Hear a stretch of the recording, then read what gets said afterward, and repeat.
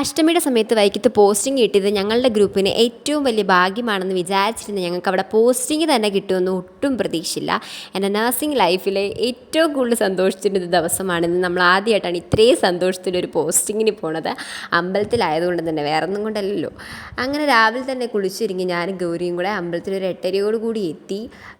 അത്യാവശ്യം ആൾക്കാരൊക്കെ ഉള്ള ദിവസമായിരുന്നു. ഇതാണ് നമ്മളുടെ മെഡിക്കൽ ക്യാമ്പ്. ഇവിടെയാണ് നമ്മൾ ഇരിക്കുന്നത്. രാവിലെ തൊട്ട് വൈകുന്നേരം വരെ നേരെ അമ്പലത്തിൻ്റെ നടയിലായതുകൊണ്ട് തന്നെ അവിടെ തിടമ്പേറ്റുന്നതും ആൾക്കാരെയും ആനകളെയും ഒക്കെ ഒത്തിരി നമുക്ക് കാണാൻ സാധിക്കും. ഇത്രയും ആനകളെയൊക്കെ ഞാൻ എൻ്റെ ലൈഫിൽ ആദ്യമായിട്ടാണ് കേട്ടോ കാണുന്നത്.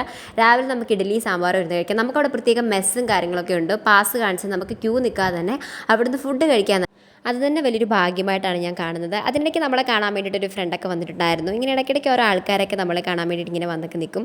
ഈ ക്യൂ എല്ലാം ഫുഡ് കഴിക്കാൻ വേണ്ടിയിട്ടാണ് കേട്ടോ. പക്ഷെ നമുക്ക് ക്യൂ ഒന്നും നിൽക്കാതെ തന്നെ പാസ്സൊക്കെ കാണിച്ച് ഫുഡ് കിട്ടും. എങ്കിലും പായസം കിട്ടത്തില്ല. അപ്പോൾ പായസം കിട്ടാത്ത വിഷമത്തിനാണ് ഗൗരി ഞാനും. പക്ഷെ നമ്മൾ എങ്ങനെയൊക്കെയോ പായസം അവിടെ നിന്ന് വാങ്ങിച്ചെടുത്ത് ഗൈസ്, അടിപൊളി പായസമായിരുന്നു. അങ്ങനെ ഫുഡൊക്കെ കഴിച്ചതിന് ശേഷം നമ്മൾ അവിടെ ഇവിടെയൊക്കെ കുറച്ച് നേരം ഇങ്ങനെ നടന്നു. അവിടുത്തെ പരിപാടികളൊക്കെ കണ്ട് കുറച്ച് നേരം റിലാക്സ് ആയിട്ടൊക്കെ ഇരുന്നു.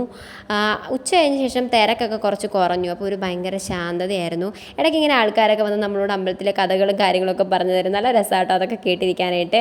എങ്ങനെയൊക്കെയോ അങ്ങനെ വൈകുന്നേരമായി. പിന്നെ ആനയായിട്ടൊരു സെൽഫിയൊക്കെ എടുത്ത് അങ്ങനെ നമ്മൾ അമ്പലത്തിൽ നിന്നും ഒരു 3:30 യാത്രയായി. പുറത്തിറങ്ങിയപ്പോഴത്തേക്കും അടുത്ത തിരക്ക്. പിന്നെ കുറച്ച് നേരം കടയിലൊക്കെ കയറി ഇറങ്ങി ഗൗരി ഞാനും കൂടെ കൈയൊക്കെ പിടിച്ച് അങ്ങനെ അങ്ങ് നടന്നു. പിന്നെ ഇടയ്ക്ക് ബജ്ജി കഴിച്ചു.